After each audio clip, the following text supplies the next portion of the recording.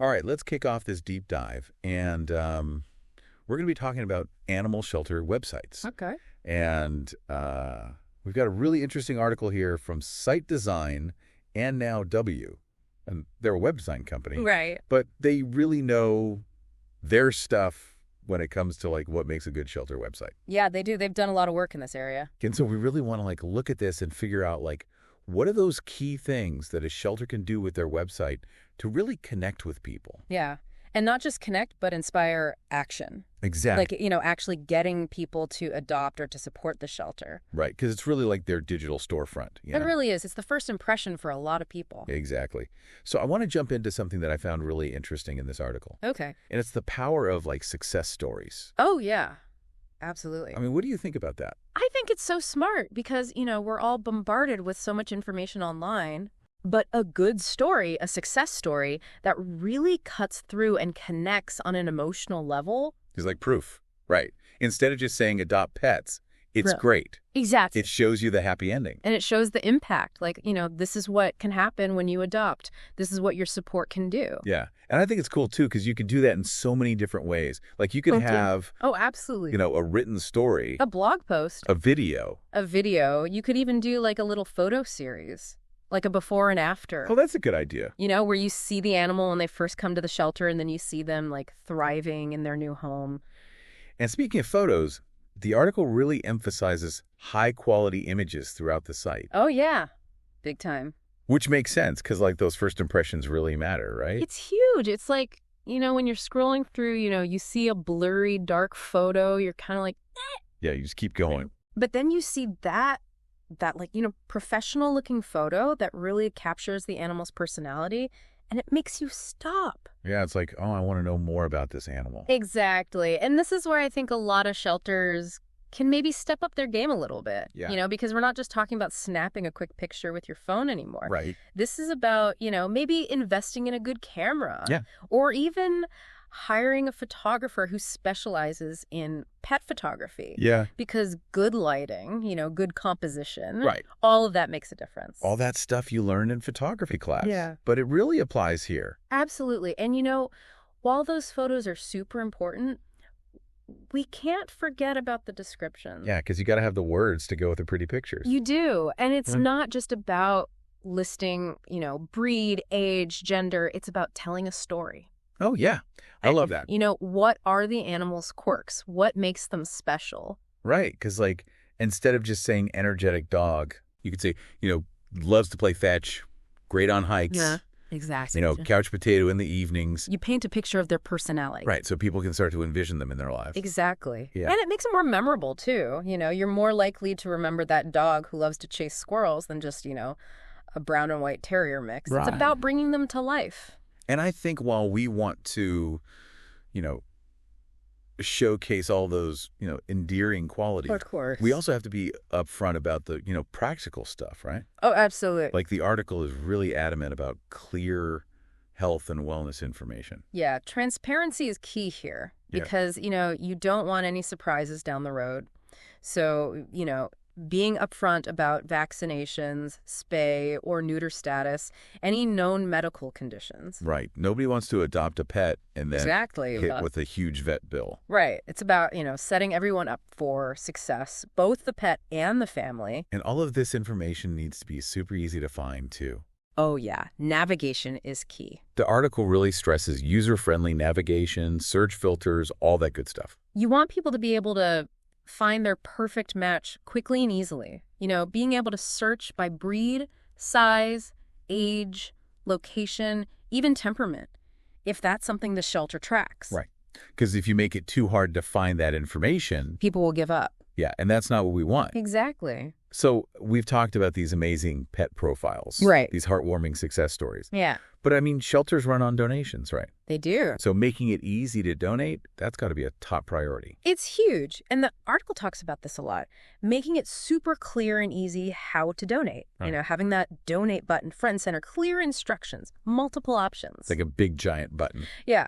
Like donate now. Yeah. And then giving people different options. Like, do you want to do a one-time donation? Do you want to set up recurring donations? Yeah, because some people, like my grandma, she's old school. She only writes checks. that's fine.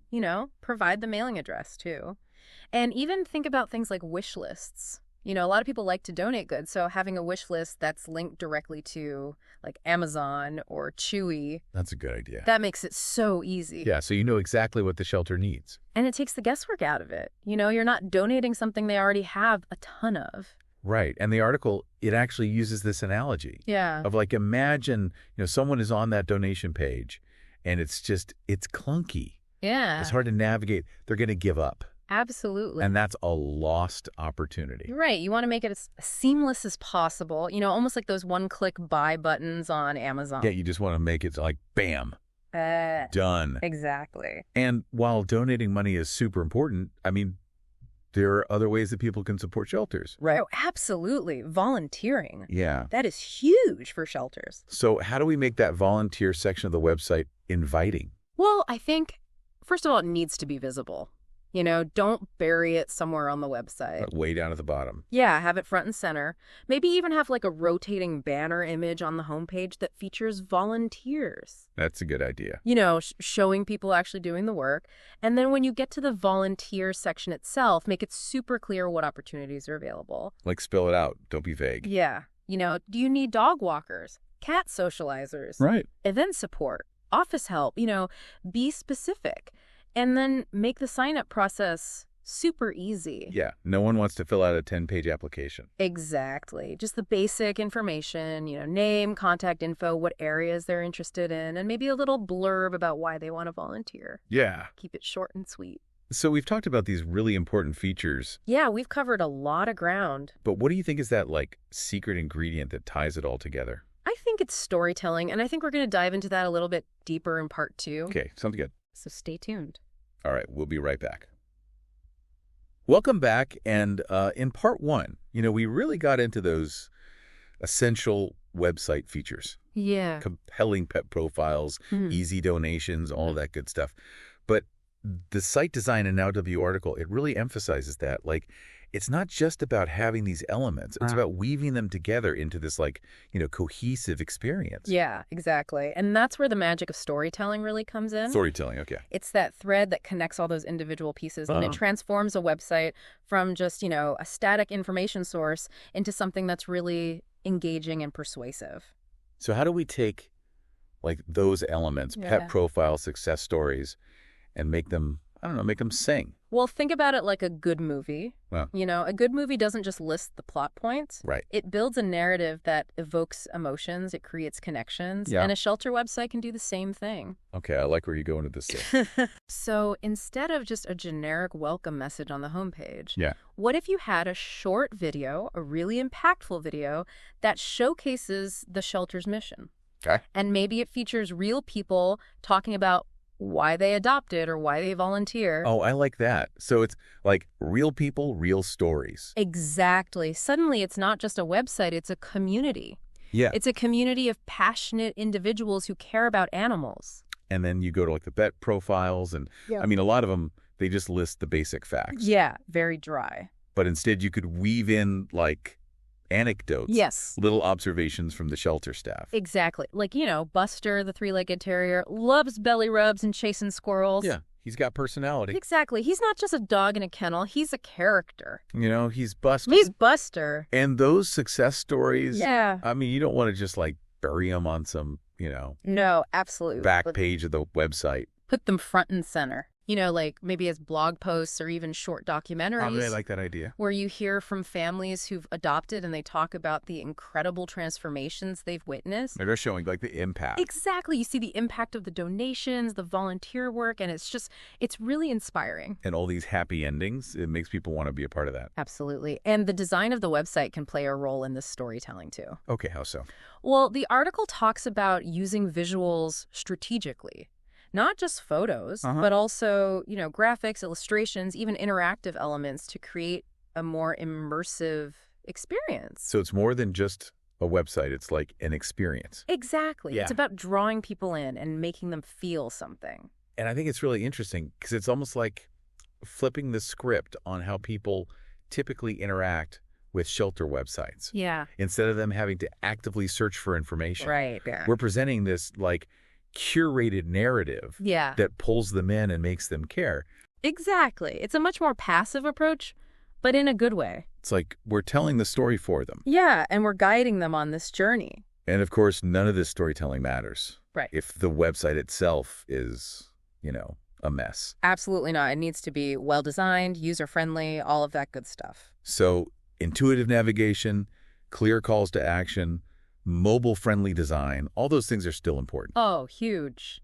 Especially mobile-friendly. Right, because everyone's on their phone. I mean, that's how most people are accessing the internet these days. So if it's clunky on a phone, you've lost them. Exactly. And a good web designer will understand how to optimize for different devices. Yeah. Make sure it looks good and functions well on a desktop, a laptop, a tablet, a phone. Speaking of design, Yeah. what are some of those key elements that make a shelter website visually appealing? Well, like we've talked about, high-quality photography is huge.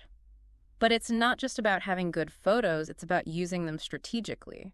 Creating a visual hierarchy, maybe a big striking banner image on the homepage that really grabs your attention. Okay. And then smaller photos throughout the site to highlight specific animals or events. So it's like thinking about how the photos are laid out on the page. Exactly. It's about guiding the visitor's eye and telling a visual story. And colors, colors got to be important. Oh, yeah. Color can evoke so many emotions. Yeah. So thinking about the color palette, warm, inviting colors might create a sense of comfort and compassion, Okay. while brighter, more energetic hues might convey hope and optimism. It's like setting the mood. It is. And then there's typography, Typography. which is basically the fonts that you use. Simple, easy-to-read fonts for the body text, Okay. but then maybe bolder, more stylized fonts for headings or calls to action. So it's like, the visuals are important, Yeah. but it's also got to be functional. Absolutely. Form and function, they have to work together. Right, because a website could be beautiful. But if you can't figure out how to use it, it doesn't matter. It's useless. And the Site Design NOW article, it really emphasizes the importance of accessibility in this context, too. Accessibility. You're talking about making sure the website's usable for everyone, no matter what. Exactly. Regardless of any disabilities they may have. And this is important for a couple of reasons. Okay. One, it's just the right thing to do. Yeah. But two, it also expands your reach. Yeah, because more people can use the site. Exactly. More people can access the information, connect with the shelter, potentially adopt a pet. So what are some of those, accessibility features that we should be looking for? Well, one of the most important is alternative text for images, Okay. which allows screen readers to describe the image to visually impaired users. Oh, okay. So they can still, understand what's in the picture. Exactly. And then making sure the site can be navigated using a keyboard, Okay. which is essential for people who can't use a mouse. So it's all about making sure that everyone feels welcome. Yes. And that everyone has equal access to the information and resources. Right. And that inclusivity extends to, the language on the site too, right? Absolutely. Avoid jargon, technical terms that might be confusing to some visitors. Okay. Keep the writing clear, concise, easy to understand. So we've talked about storytelling, design, accessibility, but how do people find these amazing websites in the first place? You're talking about SEO? Yeah. Search engine optimization? That's a big one. It is. Because you can have the most beautiful, user-friendly website in the world, Right. but if it's buried on page 10 of Google search results, nobody's going to find it. So it's about making sure the website speaks the language of search engines. Exactly. And we'll delve into that in part 3 of our deep dive. Okay, sounds good. So stay tuned. Welcome back. And we left off talking about SEO and how important that is for shelter websites. It's crucial. Like we said, you can have the best website in the world, but if people can't find it, it's not doing much good. Right. It's got to be discoverable. Exactly. So let's get into some of those strategies that shelters can use to boost their SEO. Okay, so how do we make sure that when someone searches for, adoptable dogs in their area, Yeah. that shelter website pops up? Well, one of the key things is incorporating location-based keywords. Okay, location-based keywords, what does that mean? So let's say the shelter is in Austin, Texas. Okay. You want to make sure that throughout the website copy, you're mentioning things like, dog adoption in Austin or Austin Animal Shelter. So you're basically telling Google, hey, we're here in Austin. Exactly. And when someone searches for those terms, Google's more likely to show your website in the results. Makes sense. So are there other things that shelters can do to kind of boost their visibility? Absolutely. The article talks about the importance of consistency, Okay. making sure your shelter's information is accurate and up to date across the web. So like on Google Maps. Yes. Google My Business, Yelp, social media platforms, all of those places where people might be searching for shelter information. So it's like you're leaving a trail of digital breadcrumbs. You got it. And all of those breadcrumbs should lead back to your website. And that helps with SEO. It does, because it shows Google that your shelter is legitimate and trustworthy. So there's the like keyword stuff and the consistency stuff. Yeah. Is there anything else? Well, there's also the more technical side of SEO. Okay, like what? Things like optimizing page titles and descriptions, Okay. using relevant keywords in image alt text, which is that text that describes an image for visually impaired users, Right. and building high-quality backlinks from other reputable websites. I mean, it sounds like there's a lot to keep track of. There is. It can be overwhelming, especially for smaller shelters that might not have dedicated staff to handle this stuff. So what do you recommend? Should they try to learn it themselves, or should they? You know, there are a lot of great resources available online, but honestly, if a shelter can afford it, I would recommend partnering with an SEO professional. Yeah, because it's their whole job. It is. They know all the ins and outs of how search engines work, and they can help you develop a strategy that's tailored to your shelter's specific needs. So we've got this amazing website. It's well designed. It's SEO optimized. It's full of adorable pet photos. It's telling a story. It's telling a story. Is there anything else shelters can do to kind of, I don't know, boost engagement? Oh, yeah. The article actually talks about this. Oh, Social media. Social media. Everyone's on social media. Everyone is. And it's a powerful tool for shelters. Yeah. But it's not just about posting cute animal pictures. Yeah, I was going to say, there's got to be more to it than that. There is. It's about building a community, engaging with your followers. So like responding to comments and messages. Yes. And using social media to amplify the reach of your website. Okay, so like share those inspiring adoption stories. Exactly. Promote upcoming events, maybe even run contests or campaigns to raise awareness and donations. It's like using social media as a megaphone. It is. It's a way to get people excited about supporting your shelter. So it's really amazing It is. how all these different pieces, Yeah. the website, social media, they all work together. It's an ecosystem. Yeah, and it all comes back to helping those homeless animals. Absolutely. It's about using all the tools at our disposal to find them loving homes. And it's really inspiring to see how technology can be used for good. It really is. And it shows that even small actions can have a big impact.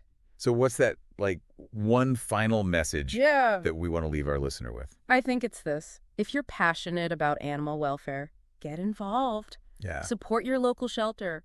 Volunteer your time. Spread the word online. Every little bit helps. And it all starts with a click. It does. Visit your local shelter's website, browse those adorable pet profiles, and who knows, maybe you'll find your new best friend. That's a perfect way to put it. Thanks for joining us on this deep dive. Until next time.